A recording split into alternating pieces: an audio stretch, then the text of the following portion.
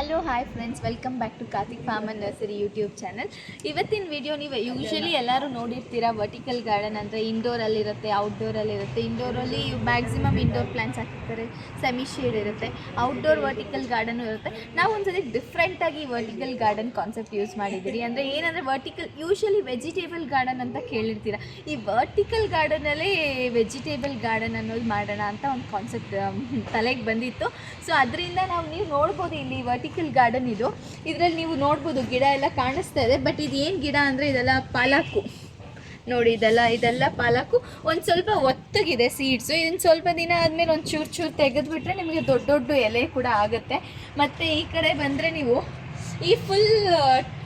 ಈ setup full ಪಾಲಕ್ಕೆ ಹಾಕಿದ್ದೀನಿ. Because ನನಗೆ ಜಾಗ ಜಾಸ್ತಿ ಇತ್ತು ಅಂದರೆ ಇದೆಲ್ಲ ಫುಲ್ ಪಾಲಕ್ ಹಾಕಿದ್ದೀನಿ. ಇಲ್ಲಿಗೆ ಬಂದರೆ ನೀವು ಇದು ಸೊಪ್ಪು, ನನಗೆ ನಿಜ ಸೊಪ್ಪು ಹೆಸರು ಗೊತ್ತಿಲ್ಲ ಇದು, ಬಟ್ ತಿನ್ನೋ ಸೊಪ್ಪೆ. ಏನೋ ಊರ ಕಡೆ ಎಲ್ಲ ಹಾಕ್ತಾರಲ್ಲ ನೋಡಿ, ಈ ಥರ ಸೊಪ್ಪು ಬರುತ್ತೆ.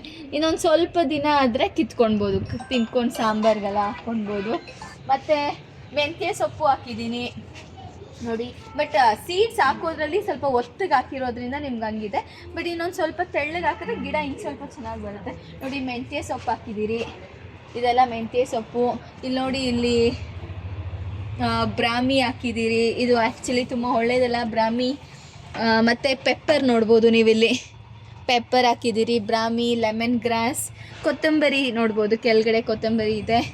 ಇನ್ನು ಏನೇನು ವರ್ಟಿಕಲ್ ಸೈಜಲ್ಲಿ ಏನೇನು ಗಿಡಗಳು ಬರ್ತಾವೋ ನಾವು ಹಾಕ್ಕೊಬೋದು. ನನಗೆ ಗೊತ್ತಾಗಿದ್ದು ಇಷ್ಟೇ.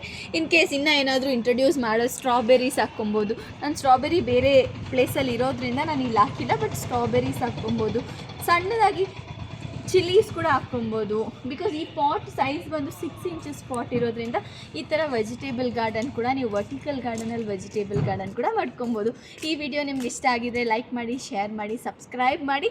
ಈ ವರ್ಟಿಕಲ್ ಗಾರ್ಡನ್ ನಿಮ್ಮ ಮನೇಲೂ ಬೇಕು ಅಂದರೆ ಎನಿ ಟೈಮ್ ನೀವು ಕಾರ್ತಿಕ್ ಫಾರ್ಮ್ ಆ್ಯಂಡ್ ನರ್ಸರಿಗೆ ಬಂದು ಕಾಂಟ್ಯಾಕ್ಟ್ ಮಾಡ್ಬೋದು. ಕಾಂಟ್ಯಾಕ್ಟ್ ಡೀಟೇಲ್ಸ್ ಡಿಸ್ಕ್ರಿಪ್ಷನ್ ಬಾಕ್ಸಲ್ಲಿರುತ್ತೆ. Thank you, bye bye.